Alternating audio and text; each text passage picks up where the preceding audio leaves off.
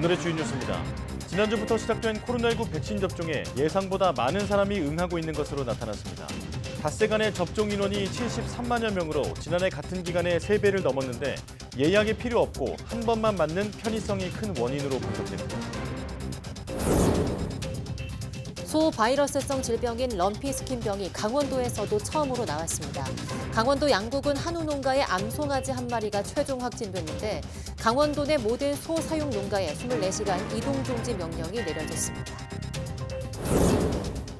100년 만에 최악의 가뭄으로 아마존 강의 수위가 낮아지면서 2000년 전 사람의 얼굴을 새긴 바위들이 무더기로 발견됐습니다. 과거의 유적보다 발견된 범위가 넓고 형태도 다양해 연구자들이 그 기원을 찾는 데 도움이 될 것으로 평가됩니다. 한국판 나사를 목표로 한 우주항공청 개청이 아무런 진전도 이루지 못한 채 표류하고 있습니다. 우주청의 연구개발 기능을 두고 여야 간 이견을 좁히지 못하면서 연내 개청은 불가능해졌고 추후 설립 과정도 난항이 예상됩니다. SM엔터테인먼트 시세 조종 의혹과 관련해 금융당국이 카카오 법인 처벌 여부를 적극 검토하겠다는 입장을 밝혔습니다.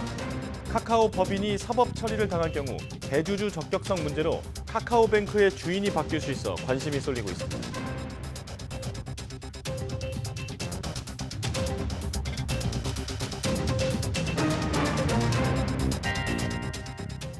여러분 안녕하십니까? 사이언스 투데이 시작합니다. 코로나19 백신 접종이 시작되자 예상보다 많은 사람이 병원을 찾고 있습니다. 독감과 코로나19가 같이 유행하는 트윈데믹 우려와 함께 접종 편리성이 높아지면서 백신을 맞는 사람이 늘었다는 분석입니다. 조용선 기자입니다. 평일 오전부터 동네 의원을 찾은 사람들로 진료 대기실이 가득 찼습니다. 대부분 지난주 시작된 코로나19 백신 접종을 위해 병원을 찾은 사람들입니다. 아파요. 약 들어갑니다. 닦고. 오늘 무리한 운동, 사우나, 목욕탕 가지 마시고요. 샤워하지 마세요. 지난주부터 65세 이상 고령자와 면역 저하자 등 고위험군에 대한 무료 접종이 먼저 시작됐습니다. 코로나19 감염병 등급이 내려가면서 경각심도 낮아서 백신 접종률이 떨어질 것으로 걱정했지만 접종 인원은 오히려 늘었습니다. 백신 접종이 시작된 뒤 닷새 동안 누적된 인원은 73만여 명으로 지난해와 같은 기준으로 비교하면 3배 넘게 많습니다. 올겨울 독감과 코로나19가 동시에 유행하는 트윈데믹이 올 수 있다는 우려가 백신 접종률을 높였다는 분석입니다. 그 백신을 통해서 아예 걸리는 거를 애초에 차단이 안 되더라도 걸리더라도 중증화가 되지 않고 일반 감기처럼 가볍게 넘어갈 수 있게 해주기 때문에 예약이 필요 없어지고 한 차례만 맞으면 된다는 편리성도 접종률 증가에 한몫했습니다. 유행 초기에 있었던 백신 접종에 대한 우려나 거부감도 많이 사라졌습니다.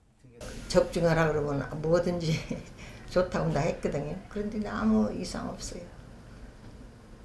어떤 사람은 뭐 며칠 아프다는데 뭔다는데 나는 그것도 없어. 그런 것도 없어요. 의료계에서도 기존 백신과 비교했을 때 이상 반응이 15% 이상 낮고 효과적인 점을 들어 신규 백신 접종을 권고하고 있습니다. 12세에서 64세까지 고위험군이 아닌 사람이 코로나 백신 접종을 원하면 다음 달 1일부터 맞을 수 있습니다. YTN 조용성입니다. 소바이러스성 질병인 럼피스킨병이 전국으로 확산하는 가운데 강원도에서도 처음으로 확진 사례가 나왔습니다. 강원도는 양구군 국토 정중앙면에 있는 한우 농가에서 7개월 된 암송아지 한 마리가 고열 등 의심 증세를 보여 정밀 검사한 결과 럼피스킨병으로 최종 확진됐다고 밝혔습니다. 방역당국은 현재 발생 농장에 가축 방역관 등을 긴급 투입했으며 해당 농장 소를 매몰 처분하고 강원도 내 모든 소 사육 농가를 대상으로 24시간 일시 이동 중지 명령을 내렸습니다. 또 발생 농가 반경 10km 이내에 있는 다른 소 사육 농가 127포 5천여 마리에 대해서 긴급 백신 접종을 진행할 계획입니다. 소 럼피스킨병은 흡혈곤충 매개 전염병으로 고열과 함께 피부에 혹덩어리가 생기는 것으로 알려졌으며 발생할 경우 세계 동물보건기구에 의무적으로 보고하게 돼 있습니다. 한덕수 국무총리는 소 럼피스킨병 확산과 관련해 항체 형성 기간 등을 고려할 때 앞으로 3주간이 매우 중요한 시기라고 강조했습니다. 한 총리는 정부 서울청사에서 주재한 국무회의 모두 발언에서 가축 전염병은 무엇보다 초기 진압이 관건이라고 밝히면서 정부의 방역 조치에 적극 협조해달라고 당부했습니다. 관세청은 올해 들어 지난달까지 국경 반입 단계에서 마약류 493kg을 적발했다고 밝혔습니다. 이는 지난해 같은 시기보다 29% 늘어난 규모이며 적발 건수는 501건으로 11% 줄었습니다. 한 건당 적발 중량은 984g으로 국제우편이 절반가량 비중을 차지했고 특송과 여행자 밀수 등이 뒤를 이었습니다. 적발된 마약은 필로폰이 50%로 가장 많았고 대마와 케타민 등의 순이었습니다. 관세청은 마약 밀수 특별대책 추진단을 구성해 신종 마약 밀수에 대응하고 기내 수화물 일제 검사를 확대하는 등 여행자 검사율도 2배 이상 올리기로 했습니다. 최근 마약 투약 혐의를 받고 있는 배우 이선균 씨가 피의자 신분으로 입건돼 조만간 경찰의 소환 조사를 받을 전망입니다. 경찰은 같은 혐의를 받는 유흥업소 관계자 1명을 구속하고 수사에 속도를 내고 있습니다. 윤성훈 기자입니다. 서울 강남에 있는 유흥업소에서 마약 투약 의혹이 불거진 배우 이선균 씨. 지난달 중순쯤 유흥업소에서 마약 투약이 이뤄지고 있다는 첩보를 입수한 경찰은 내사 과정에서 이 씨가 연루됐다는 단서를 포착했습니다. 이후 이 씨에 대한 내사를 벌여오던 경찰은 최근 관계자 진술을 통해 이 씨가 대마 등 마약류를 투약한 정황을 파악하고 형사 입건했다고 밝혔습니다. 이 씨를 피내사자에서 피의자 신분으로 전환하면서 정식 수사 대상으로 올린 겁니다. 경찰은 조만간 피의자 신분으로 이 씨 등을 불러 해당 마약 투약 여부를 검사하고 구체적인 경위를 조사할 방침입니다.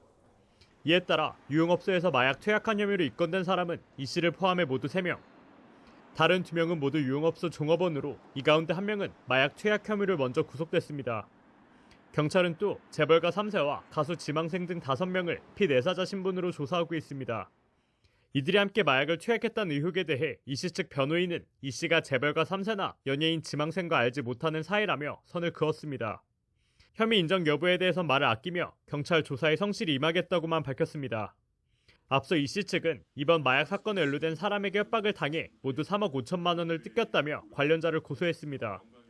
경찰은 검찰로부터 관련 사건을 이송받아 함께 수사할 방침입니다. YTN 윤성훈입니다. 아마존강 유역에서 100여 년 만에 최악의 가뭄으로 강수위가 낮아지면서 2000년 전 사람의 얼굴을 새긴 바위들이 무더기로 발견됐습니다. 한 고고학자는 전에도 유사한 바위들이 발견되긴 했으나 이번에는 보다 광범위하고 다양한 것들이어서 연구자들이 그 기원을 찾는 데 도움이 될 것으로 본다고 밝혔습니다.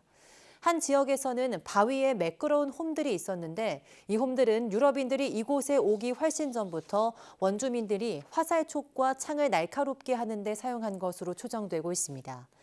이번에 사람의 얼굴을 새긴 바위들이 발견된 곳은 리오 니그로 강과 솔리모에스 강이 합쳐지는 곳 근처로 아마존 북쪽 연안입니다.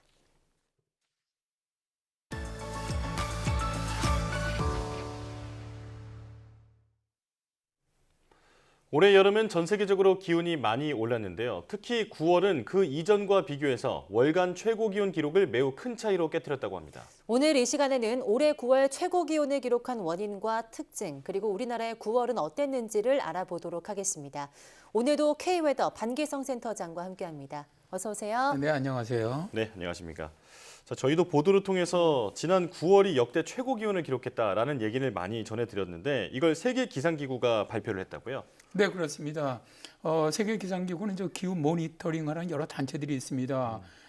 코페르니쿠스 기후변화 서비스센터라든가 미 국립해양대기청, 그다음에 미 항공우주국을 포함해서 6개의 주요 국제 데이터 세트를 통합을 해서 판단한 다음에 발표를 하는데요. 네. 세계 기상기구는 10월 17일자 9월은 월간 기온 기록을 기록적인 차이로 깨뜨렸다라는 보고서에서 9월 기온이 역대 최고 기온 기록을 세웠다고 발표를 했습니다. 이미 올해 6월과 7월과 8월이 각 달의 최고 기온 기록을 경신한 후에 9월까지 크게 기온을 경신하면서 이제 2023년은 기록상 가장 따뜻한 해가 될 것으로 보인다라고 전망하고 있는데요. 예. 코페르니쿠스 기후 서비스센터의 1940년부터 2023년까지의 전 지구 9월 기온 편차 분석 그래프를 보시면은 올해 9월은 1991년에서 2020년간의 30년 기후 평균 온도값보다 월등히 높은 0.93도가 높았음을 알 수가 있습니다. 네.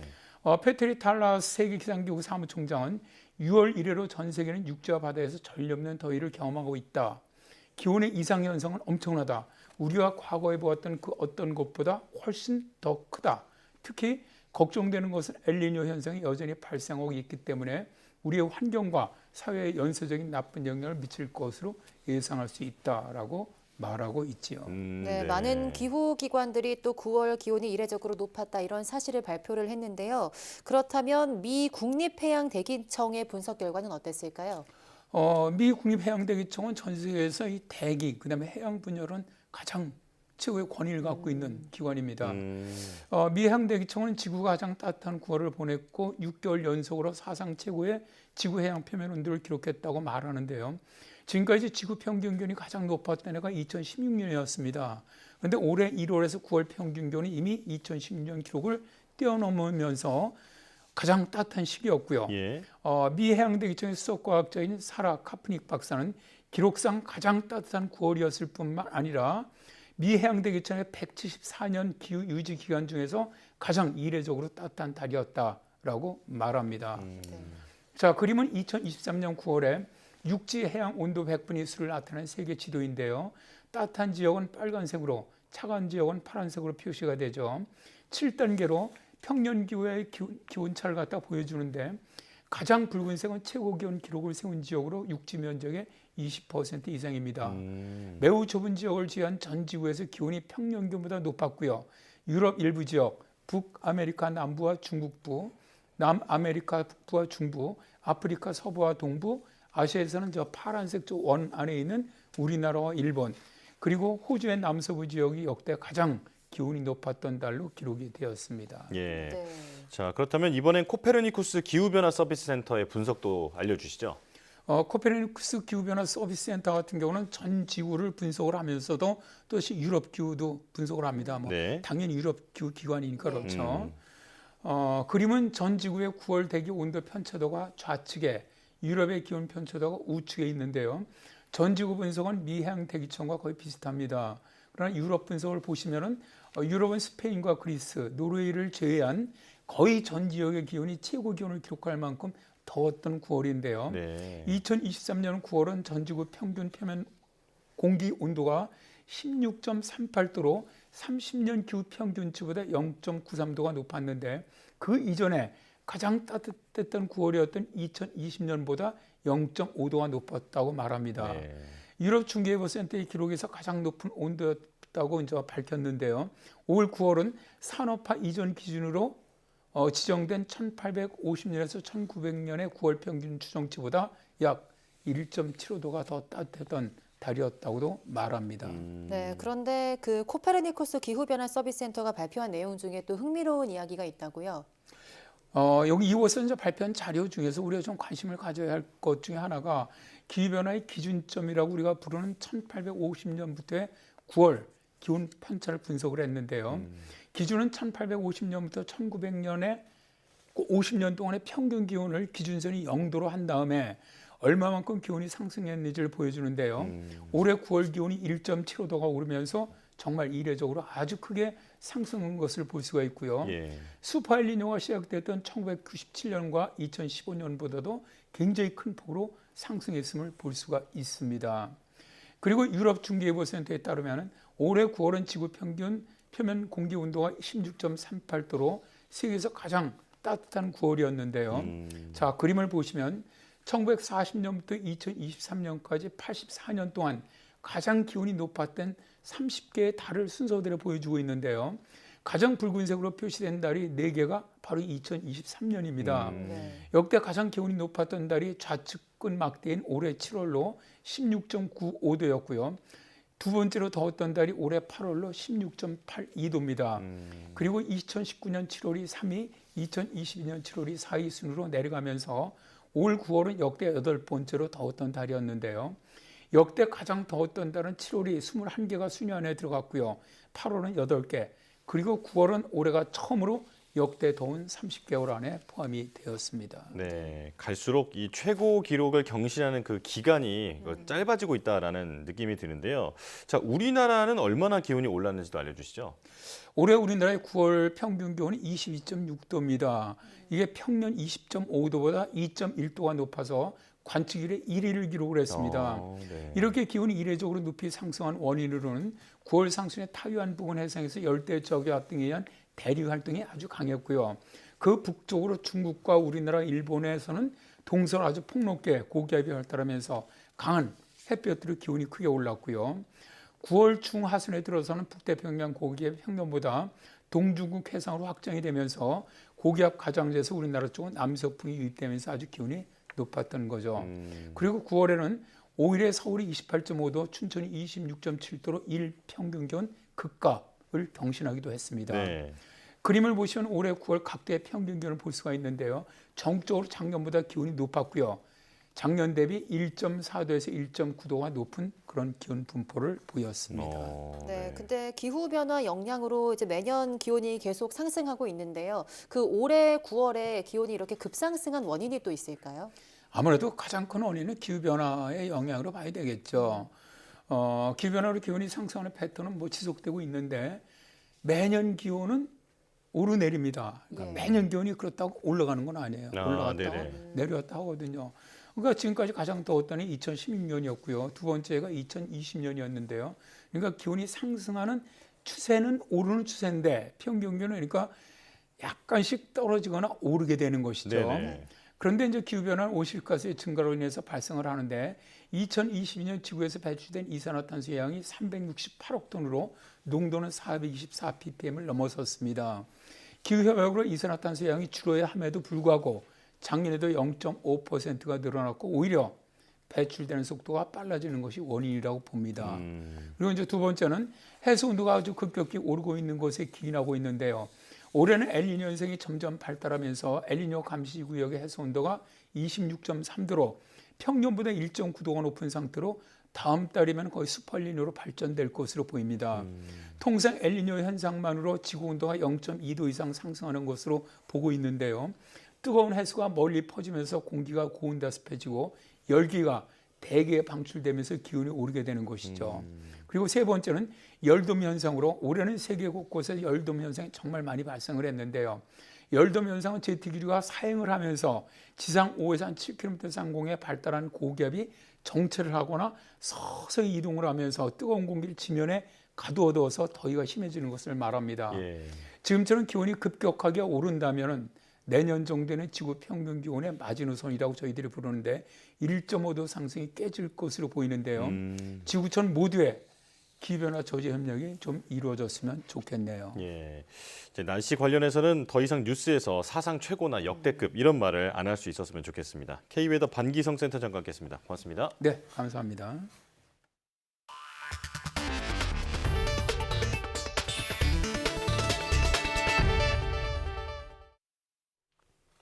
한국판 나사를 만들겠다며 야심차게 추진한 우주항공청 개청이 아무런 진전도 이루지 못한 채 표류하는 모습입니다. 우주청이 연구개발 기능을 직접 수행할 것이냐 아니냐를 놓고 의견을 좁히지 못해서 연내 개청은 물론 향후 설립 전망에도 난항이 예상됩니다. 양회영 기자입니다. 한국판 나사를 만들기 위해 여러 기관에 흩어져 있던 우주 관련 기능을 하나로 모으기로 한 우주항공청. 필요성에는 여야 모두 공감했지만 구체적인 방식에서는 대립했습니다. 안건조정위원회를 구성한 여야는 지난 5일까지 4번에 걸친 회의 끝에 과학기술정보통신부 소속 차관급으로 우주청을 설치하는 것에는 합의했습니다. 하지만 이 우주청이 연구개발을 직접 하느냐를 두고 이견을 좁히지 못해 최종 합의안 도출에 실패했습니다.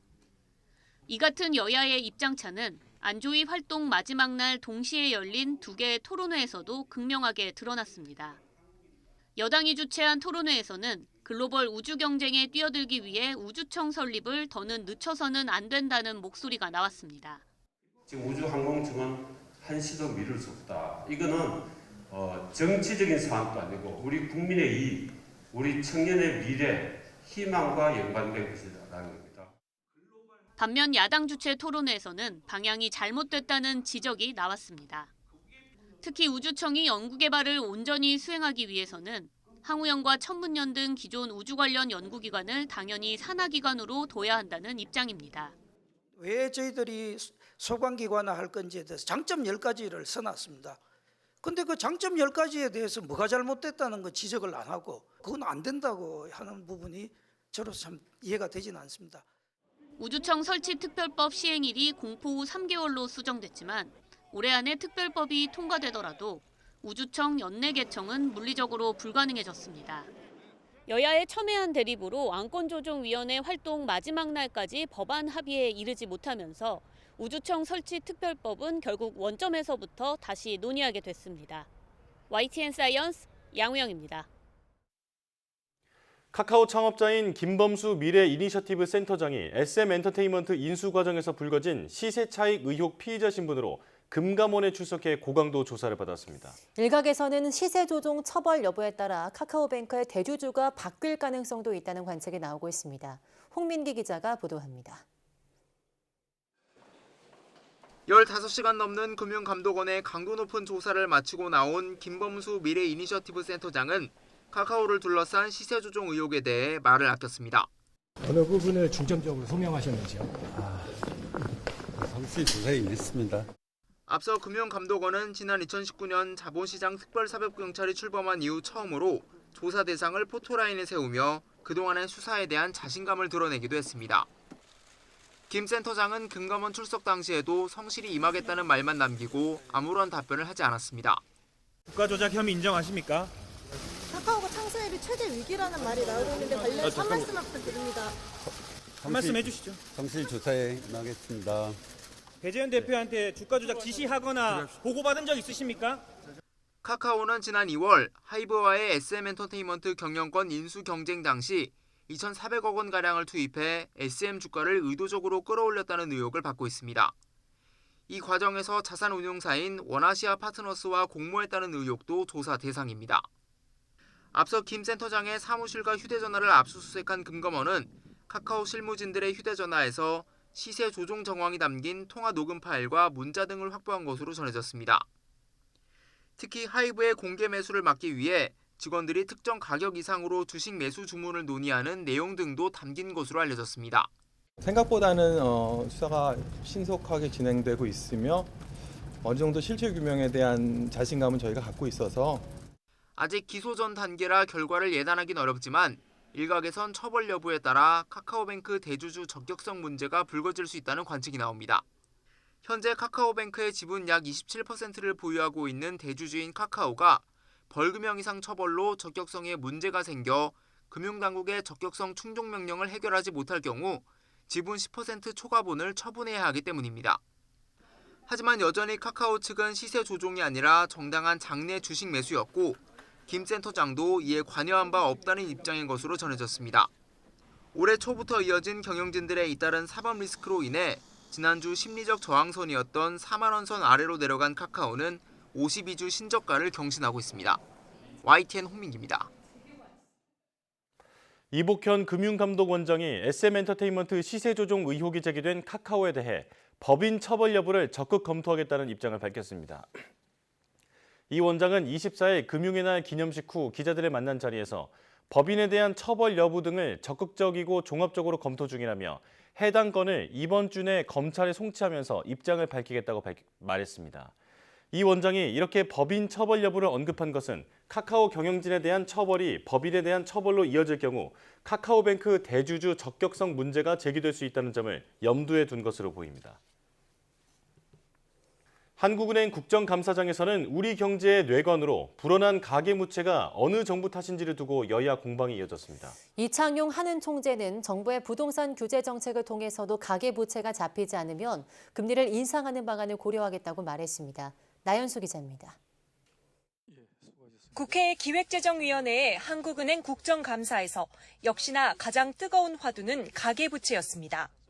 윤 정부는 주택담보대출 완화로 가계부채를 희생양 삼아 부동산 버블을 떠받치고 있는 정책을 펴고 있습니다. 6분의 금통위원 중 5분이 가계부채의 심각한 우려를 나타내면서 정부의 규제 완화가 통화정책과 엇박자를 내고 있다는 이런 우려를 드러낸 거잖아요. 여당 의원들은 문재인 정부 부동산 통계에 대한 조작 의혹을 들어가며 맞섰습니다. 그 자체가 오염된 통계이기 때문에 그런 부분에 대해서는 활용하는 것이 그대로 활용하는 것이 맞는 것인지를 검토해 보시라는 겁니다. 저는. 문재인 정권 후반부에 부동산 가격이 엄청 올라갔고 부동산 관련 세금이 많이 들어왔는데도 불구하고 이걸 국가부채를 갚는 데 쓰지 않고 국가부채를 5년 동안 400억을 늘렸기 때문에 이창용 한은 총재는 정부의 미시 정책의 효과를 지켜보되 금리를 조정할 여지도 있다고 밝혔습니다. 부동산 시장 불안으로 좀 완화했던 매크로 프루덴셜 그러니까 규제 정책을 다시 타이트하게 해서 그것을 먼저 하고 그래도 이 가계부채가 늘어나는 속도가 잡히지 않으면 그때는 심각하게 금리 상승을 고려해야 될 때라고 생각합니다. 올해 경제 성장률 전망치 1.4%를 두고는 객관적인 해석을 내놨습니다. 지금이 경기 침체에 좀 돌입했다 이렇게 보는 시각도 있는데 거기에 대해서는 어떻게 생각하십니까? 저희가 잠재 성장률보다 낮기 때문에 경기 침체 기인 것은 맞습니다. 향후 한 달 중동 사태 전개에 따라 내년 경제 전망은 원점 재검토가 필요하다고 말했습니다. 다만 국제신용평가사 피치가 한국의 올해 성장률을 1%로 전망한 것과 관련해서는 그럴 가능성은 제로라고 선을 그었습니다. YTN 나연수입니다. 법무부가 고위험 성범죄자들이 출소한 뒤 살 곳을 국가 등이 운영하는 시설로 제한하는 내용의 법안을 추진하기로 했습니다. 한동훈 법무부 장관은 정부과천청사에서 브리핑을 열고 이른바 한국형 제시가법을 입법 예고한다고 밝혔습니다. 고위험 성범죄자가 출소한 뒤 살 곳을 국가나 지방자치단체가 운영하는 시설로 제한하는 게 핵심으로 아직 구체적인 장소는 공개되지 않았습니다. 거주지 제한 적용 대상은 13세 미만 아동을 상대로 하거나 3차례 이상 성폭력 범죄를 저질러 전자감독을 받는 사람 중 징역 10년 이상을 선고받은 고위험 성범죄자입니다. 법무부는 24일 발표한 한국형 제시카법을 26일 입법 예고해서 의견 수렴을 거친 뒤 최종안이 마련되면 국회에 제출할 예정입니다.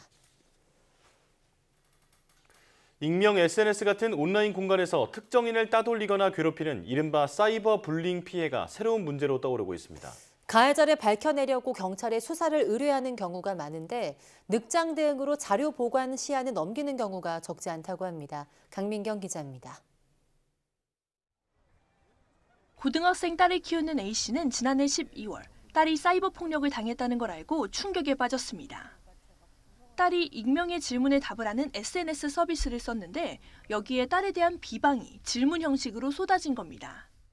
그냥 장난치고는 너무 심각한 내용이었고 외모를 비하한다든지 욕을 한다든지 인격적으로 모독감을 느낄 수 있을 만한 표현들이 여러 번 있어서 가해자를 밝히려고 경찰에 신고한 A씨. 반년이 흐른 지난 6월에서야 자료가 없어서 수사를 더 못한다는 연락을 받았습니다. 경찰은 사건 발생 5개월이 지나서야 해당 업체에서 사건에 대한 IP 자료를 받았습니다. 뒤늦게 통신사에 신원 확인 요청을 했지만 기록 보전 시간이 3개월이라 남아있는 자료가 없는 겁니다. 경찰도 억울하다는 입장입니다. 해외에 서버가 있는 SNS 업체가 자료 제출을 미루면 경찰도 손쓸 도리가 없다는 겁니다. 하지만 경찰은 사건 발생 2개월이 지나서야 처음으로 업체에 IP 자료를 요청했던 것으로 확인됐습니다. 경찰의 미진한 수사 때문에 누군지 찾아내지도 못하고 그 아이 가슴에 멍울이 지지 않을까 부모로서 좀 걱정이 됩니다. 이처럼 익명 애플리케이션을 이용한 사이버 불링 피해가 학교 폭력의 새로운 문제로 떠오르고 있습니다. 방송통신위원회의 보고서에 따르면 지난 1년 동안 사이버 폭력을 경험한 청소년은 37.5%나 됩니다. 학교 폭력 피해 학생의 98%가 사이버 폭력을 경험했다는 설문조사도 있습니다. 경찰은 수사팀과 전문 인력을 보강해야 되고요. 이 SNS 운영사와 원활한 소통과 협조 체계도 구축해야 합니다. 익명에 숨은 사이버 폭력도 반드시 처벌받는다는 인식이 자리 잡히려면 경찰의 발빠른 대응이 필요하다는 지적이 나옵니다. YTN 강민경입니다. 국회 국토교통위 서울시 국정감사에서는 대중교통을 무제한 이용할 수 있는 기후동행카드가 도마 위에 올랐습니다. 오세훈 서울시장은 수도권 확대를 위해서 경기, 인천과 협의하겠다는 의지를 거듭 밝혔지만 김동연 경기도지사는 자체 할인 정책을 꺼내들며 정책 엇박자 우려가 커지고 있습니다. 차유정 기자입니다. 서울시 국정감사의 주요 쟁점 가운데 하나는 기후동행카드였습니다. 내년 1월 시범 발행될 기후동행카드는 6만 5천 원짜리 대중교통 무제한 정기권인데 관건은 인천, 경기 등 수도권 전역에서 사용할 수 있느냐입니다. 이를 위해 경기도와 인천시 협조가 필수인데 야당 의원들은 서울시가 협의 없이 일방적으로 발표해 혼란을 가중했다고 지적했습니다. 기후동행카드는 특히나 회의를 한 번 했는데 4일 뒤에 9월 7일 날 회의를 하고 11일 날 서울시는 하겠다고 발표를 한 거거든요. 좀 더 합의를 하시지, 이런 좀 질문을 드리고요. 오세훈 서울시장은 내년 시행을 위해 지난달 발표가 불가피했다면서도 수도권 확대 이용을 위한 협의 의지를 강조했습니다. 1차 협의에 이어서 11월 7일 날, 다음 달 7일 날 3개 광역시도 인천, 경기, 서울 국장급 회의를 인천에서 개최하기로 했습니다. 이렇게 해서 꾸준히 이 협의는 지속할 생각입니다. 하지만 지자체 간 협의가 쉽지 않을 거란 관측도 적지 않습니다. 김동연 경기도지사가 자체 대중교통 요금 지원책을 거듭 내세우고 있기 때문입니다. 이 제도는 대중교통을 한 달에 21번 넘게 타는 경기도민에게 교통비를 일부 돌려주는 제도입니다. 더 경기 패스는 대표적인 경기도형 교통정책입니다. 모든 교통수단에 대해 전 도민이 전국 어디서나 대중교통비 일부를 환급받도록 하겠습니다. 물론 탑승 횟수나 할인폭을 따져 이용자가 자신에게 유리한 서비스를 선택할 수도 있지만 비슷한 정책이 난립하면 이용자들의 혼란이 불가피한 만큼 지자체가 합의를 통해 해법을 찾아야 한다는 지적이 나옵니다. YTN 차유정입니다. 일본 애니메이션의 거장 미야자키 하야오 감독의 10년 만의 신작 그대들은 어떻게 살 것인가가 예매율 1위를 기록하며 돌풍을 예고하고 있습니다. 은퇴를 번복한 미야자키 감독이 자신의 인생을 담아 7년에 걸쳐 만든 작품으로 지브리 애니메이션의 완성체라는 평가를 받고 있습니다. 일본 스튜디오 지브리를 홍상희 기자가 다녀왔습니다. 僕は何度ももうやめると今まで言って騒ぎを起こしてきた人間なのでどうせまただろうと思われてるんですけど 2013년 돌연 은퇴를 선언했던 미야자키 하야오 감독이 그대들은 어떻게 살 것인가를 들고 10년 만에 돌아왔습니다. 2차 세계대전, 어머니를 잃고 외가에서 지내게 된 11살 마히토 앞에 정체를 알 수 없는 외가리가 나타납니다. 어느 날 새어머니가 사라지고 마히토는 외가리의 안내로 시공간을 초월한 세계에서 모험을 시작합니다. 스튜디오 지브리에서 만난 미야자키 감독과 45년 동안 작품을 만들어온 스즈키 토시오 프로듀서. 이번 작품에 대해 이렇게 설명했습니다. 人間生きていく上で一番大事なのはやっぱり友達を見つけること。自分の本当の姿、それを出したかったんですよね。でそれを出さないとなんて言うんだろう、死んでも死にきれない。 은퇴를 번복해서라도 만들어야 했던 작품. 기간과 제작비에 제한을 두지 않아 7년이라는 시간을 쏟아부었습니다. 친구이자 동료 스즈키 토시오와 자신을 애니메이션 업계로 이끌어준 다카하타 이사오 감독의 모습을 담았고 지금까지 선보였던 작품 세계를 집대성했습니다. 신세기 에반게리온의 혼다 다케시가 20여 명의 애니메이터와 함께 물과 불, 바람의 정교한 작화를 만들어냈습니다. 全部作画でやるっていうのは僕としてももう今の時代あんまりないんで、そういう作品はぜひともそういうふうなことをもう今の時期にやりたいっていう思いがありました。満足度は限りなく 100% に近いんですけれども。 히사이 시조, 요네즈 켄 씨가 음악을 맡았고 기무라 타쿠야, 산토키 소마가 더빙에 참여해 완성도를 높였습니다. 스튜디오 지브리가 작품에만 전념하겠다며 최근 니혼 텔레비에 경영권을 넘긴 가운데 82세 거장의 인생을 담은 이번 작품이 다시 애니메이션 돌풍을 일으킬지 관심입니다. 도쿄에서 YTN 홍상입니다.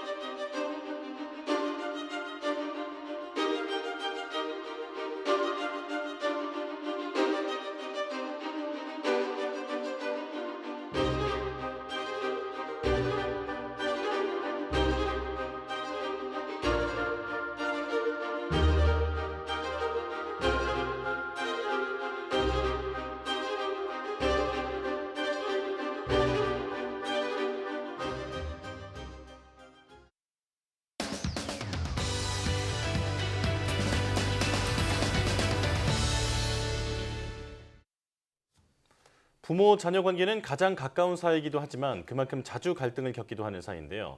부모가 사랑이라 생각해서 자녀에게 요구하는 것들이 오히려 자녀를 병들게 할 수 있어 사랑과 인정을 구분할 필요가 있다고 합니다. 오늘 한길 사람 속은에서 자세히 알아볼 텐데요. 명제대학교 교육대학원 임지숙 교수와 함께합니다. 어서 오세요. 네, 안녕하세요. 네, 안녕하십니까. 부모와 자녀의 관계 참 편한 것 같으면서도 갈등도 자주 일어나는 그런 사이라고 할 수 있겠죠. 네, 그렇습니다. 오늘은 부모-자녀 관계에서 사랑과 인정에 대해 이야기하면서 작은 소통의 실마리를 함께 찾아보고자 합니다. 네. 부모-자녀 관계는 가장 가깝지만 또 소통의 어려움을 느끼는 관계이기도 하죠. 우선 다음에 이야기를 함께 보고 이야기를 해볼까요? 네. 네, 30대를 훌쩍 넘어가고 있는데 취업을 못하고 있다 보니 모든 것이 무너져 내립니다. 부모님께 사랑받고 싶어서 늘 부모님 뜻에 따라 살아왔어요. 부모님이 좋다는 게 좋은 건 줄 알았고 부모님이 해야 한다면 하는 줄 알았습니다. 그렇게 하고 부모님이 좋아해 주시면 또 그게 절 사랑해 주시는 거라고 생각했어요. 부모님 눈치 보고 공부하느라 친구도 잘 안 사귀고 부모님이 기뻐하시는 삶을 살았는데 막상 대학 졸업하고 취업이 잘 안 되다 보니 이제 와서 취업도 못하고 친구도 없는 못난 자식이 되어 있습니다. 요즘은 부모님 얼굴 보는 것이 두렵고 힘이 들어요. 제가 잘못 살아온 걸까요? 예.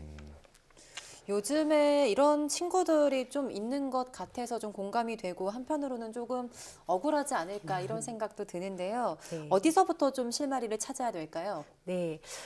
아이가 태어났을 때 내가 원하는 대로 아이 키울 거야 라고 생각하는 부모는 아마도 없을 겁니다. 아이가 자신의 고유한 개성을 펼치며 스스로의 삶을 살아가기를 원하는 게 부모의 마음이죠. 네. 그렇지만 우리가 사랑과 인정을 구분하지 못하고 같은 것으로 여긴다면 어느새 아이에게 조건적인 사랑을 주는 관계가 형성되는데요.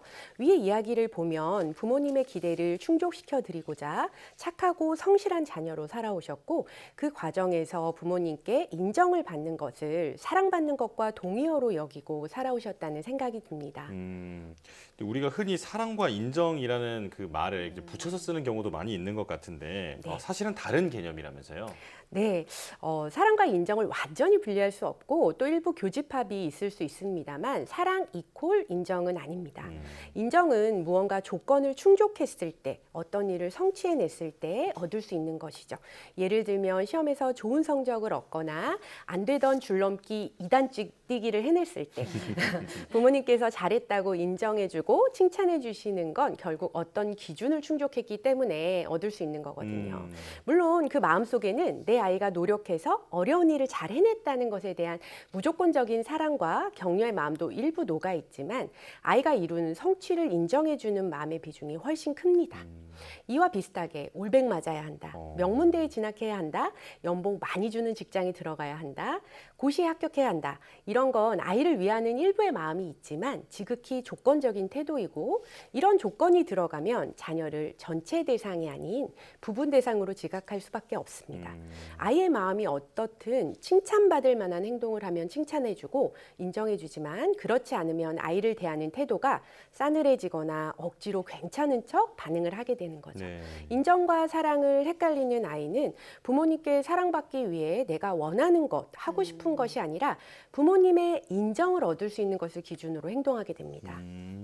네, 그런데 내 스스로 성취감을 느끼기 위해서 열심히 하는 것도 굉장히 중요하지만 부모에게 좀 칭찬받고 싶어서 열심히 하는 것도 뭐 삶의 중요한 부분이 될 수 있지 않을까 이렇게 생각이 드는데요.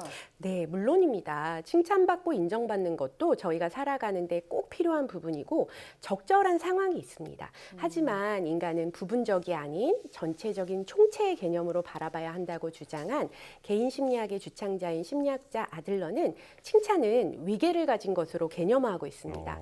즉 어떤 의미로든 나보다 못한 대상이 무언가 기준 이상으로 해냈을 때 해주는 것이 칭찬이라는 거죠. 예를 들면 사원이 부장님을 칭찬하는 것은 맥락에 맞지 않지 않습니까? 네. 회사 상황을 더 잘 알고 아우르고 있는 부장님이 사원이 어떤 일을 배워나가면서 잘 해냈을 때 사원을 칭찬하는 것이죠. 네, 회사 상황에서는 위계는 당연한 것이고 이런 상황이 나쁜 것도 아닙니다. 그러나 부모-자녀 관계에서는 좀 다르죠. 우리는 늘 무조건적인 사랑을 갈망하는 존재이고 이러한 관계는 사회적인 관계에서는 충족될 수 없습니다. 우리가 불완전한 존재이기에 한계가 있지만 그래도 부모-자녀 관계에서 무조건적인 사랑이 존재하려면 부모는 내가 무엇을 잘했을 때 인정해주는 대상이 아니라 잘하지 못해도 실패해도 그런 나를 함께 안타까워해주고 끌어안아주는 사랑의 대상으로 기능해야 한다는 것입니다. 말씀을 들으니까 이해는 되기는 하는데 그런 무조건적인 사랑이 아무리 부모 자녀 사이라 하더라도 이게 쉽게 나타나기는 쉽지 않을 것 같거든요. 네, 어떤가요? 네, 물론 말씀드린 것처럼 인간은 완전한 존재가 아니기 때문에 100% 충족을 주는 무조건적인 사랑은 어렵죠. 다만 완전하지 않더라도 노력하는 것과 아닌 것은 다른 결과를 만들어냅니다. 그렇게 하기 위해서는 위계의 개념을 떠나 상대방을 북돋워주기 위한 격려의 방식이 훨씬 바람직합니다. 네. 아이가 시험을 잘 봤을 때 점수나 등수를 칭찬을 해주면 역으로 그만한 점수나 등수를 유지하지 못했을 때는 부모로부터 인정을 받을 수 없게 됩니다. 이럴 때 특히 인정받는 것을 부모의 사랑이라고 여기며 살아온 경우는 자신을 쓸모없는 사람으로 생각하게 되는 악순환을 낳을 수밖에 없어요. 그래서 어떤 아이들은 시험을 100점을 맞아도 그것을 확인하는 순간부터 다음 시험엔 100점 못 맞으면 어떡하지? 이런 걱정을 시작하게 되기도 합니다. 위의 사례도 여기에 해당이 되죠. 내가 기대하는 시험을 잘 본 아이로 부분적으로 아이를 바라보는 것이 아니라 아이 전체로 바라봐 주시면 좋을 것 같고요. 시험 결과를 받고 들어오는 아이를 전체적으로 살피고 아이의 표정이 환하고 분위기가 밝다면 우리 땡땡이 표정이 정말 기뻐 보이네, 마음이 뿌듯한 것 같다라고 읽어주며 점수 90점, 100점 자체보다 열심히 시험을 준비하고 그게 좋은 결과로 이어져서 기뻐하는 자녀의 모습을 보는 게 흐뭇하고 기쁘다고 해주는 것이 필요합니다. 네, 시험 잘 본 나를 인정해주고 조건적인 사랑을 주는 게 아니라 노력하는 과정이 성과로 나와서 기뻐하는 나를 지켜봐주고 그런 나의 기뻐하는 모습을 전체적으로 알아봐주고 이해해줄 때 시험 못 본 나도 가치 없는 존재로 여기는 것이 아니라 함께 안타까워해주고 속상한 마음으로 진심으로 격려해주고 그럼에도 응원해주는 부모님을 기대할 수 있게 됩니다. 네, 정말 생각을 해보면 시험을 못 본 것도 굉장히 힘든데 부모님이 그거에 대해서 채찍질까지 한다면 그 짐이 2배가 되지 않을까 이런 생각이 드는데요.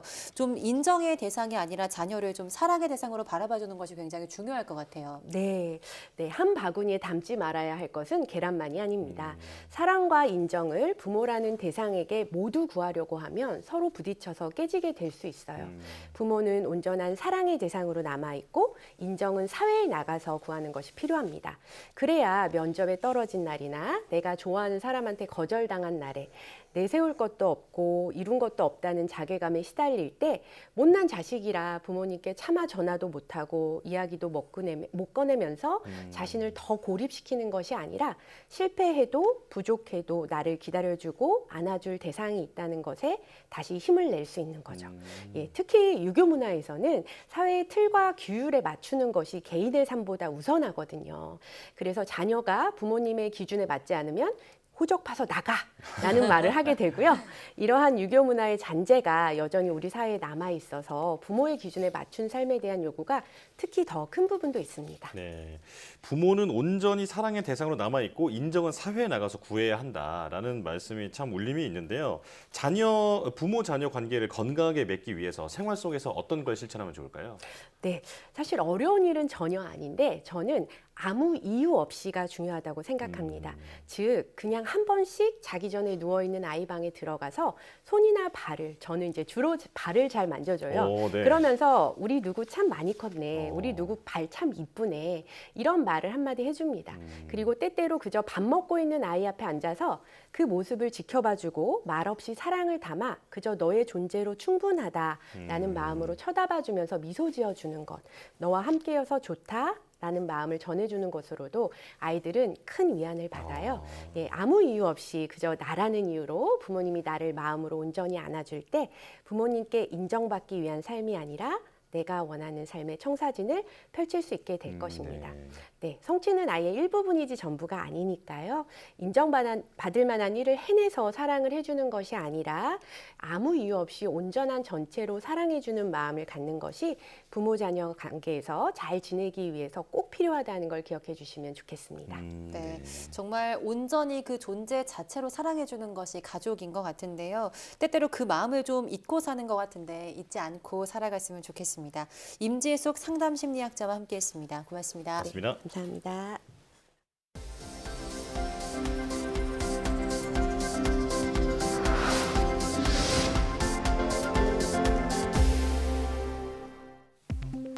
국내에서 가장 흔한 급성 바이러스 간염은 급성 A형 간염이라는 연구 결과가 나왔습니다. 분당 서울대병원 최광현, 정숙향 교수팀은 국내 12개 대학병원 급성 간염 환자 428명의 데이터를 분석한 결과 전체 급성 간염 환자 중 37.5%가 급성 바이러스 간염이었으며 이 가운데 급성 A형 간염이 78.8%로 가장 많았다고 밝혔습니다. 급성 E형 간염이 7.5%로 두 번째로 많았으며 앱스테인-바 바이러스 간염과 급성 B형 간염, 급성 C형 간염 등이 뒤를 이었습니다. 국내 연구진이 눈으로 보기에 잘 익은 사과의 당도를 휴대용 분광기로 측정할 수 있는 기술을 개발했습니다. 카이스트 정기훈 교수팀은 가시광선과 근적외선 분광을 이용해 현장 진단에 적합한 고해상도 휴대용 분광 센서를 개발하는 데 성공했다고 밝혔습니다. 연구팀이 개발한 분광 센서는 기존 상용 분광기를 1000배 이상 축소한 크기이지만 과시광선 전 영역에서 상용 분광기와 비슷한 고해상도 성능을 유지했습니다. 연구팀은 또 휴대용 분광 센서를 개발해 사과의 성숙도를 예측한 결과 실제 성숙도와 0.91 이상의 높은 상관계수를 가진 신뢰도 높은 예측 모델을 만들었다고 설명했습니다. 국내 연구진이 전극에 전기를 가해 기체를 생산하는 효율을 대폭 높인 하이드로젤 방막 기술을 개발했습니다. 유니스트 류정기, 이동욱 교수팀은 친수성 하이드로젤을 전극 겉면에 코팅해 전극 표면에서 기체 방울을 빠르게 떼어내고 전해질을 효율적으로 공급할 수 있는 대면적의 하이드로젤 방막 기술을 개발했다고 밝혔습니다. 연구팀은 개발한 시스템을 기존 니켈, 백금 촉매에 적용한 결과 최대 2.3배 높은 기체 생산 효율을 보이는 것을 확인했습니다. 또 개발한 기술은 물을 분해해 그린 수소와 산소를 생산하는 수전의 기술을 포함해 기체 생산 반응에 범용적으로 사용할 수 있다고 설명했습니다. 울산과학기술원 유니스트도 과학기술의학전문대학원 설립을 본격적으로 추진합니다. 유니스트는 바이오메디컬 분야에서 축적한 연구를 바탕으로 첨단 바이오 산업을 이끌 의사과학자 육성에 나선다면서 이를 위해 울산시와 적극적으로 협력하기로 했다고 밝혔습니다. 유니스트 과학기술의전원은 학사, 학위 소지자를 선발해서 4+3년 교육과정을 거쳐 의사 면허증과 박사 자격을 동시에 보유한 의사과학자를 육성하는 것을 목표로 운영될 예정입니다.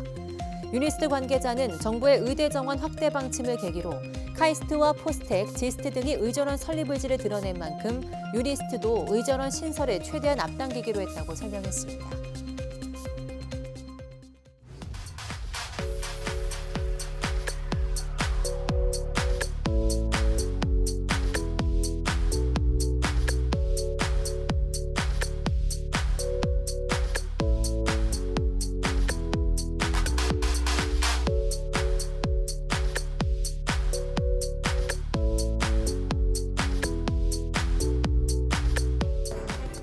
앞서 사이버 폭력은 갈수록 심각해지는데 이에 대한 대응은 늦다는 지적 리포트로 전해드렸는데요.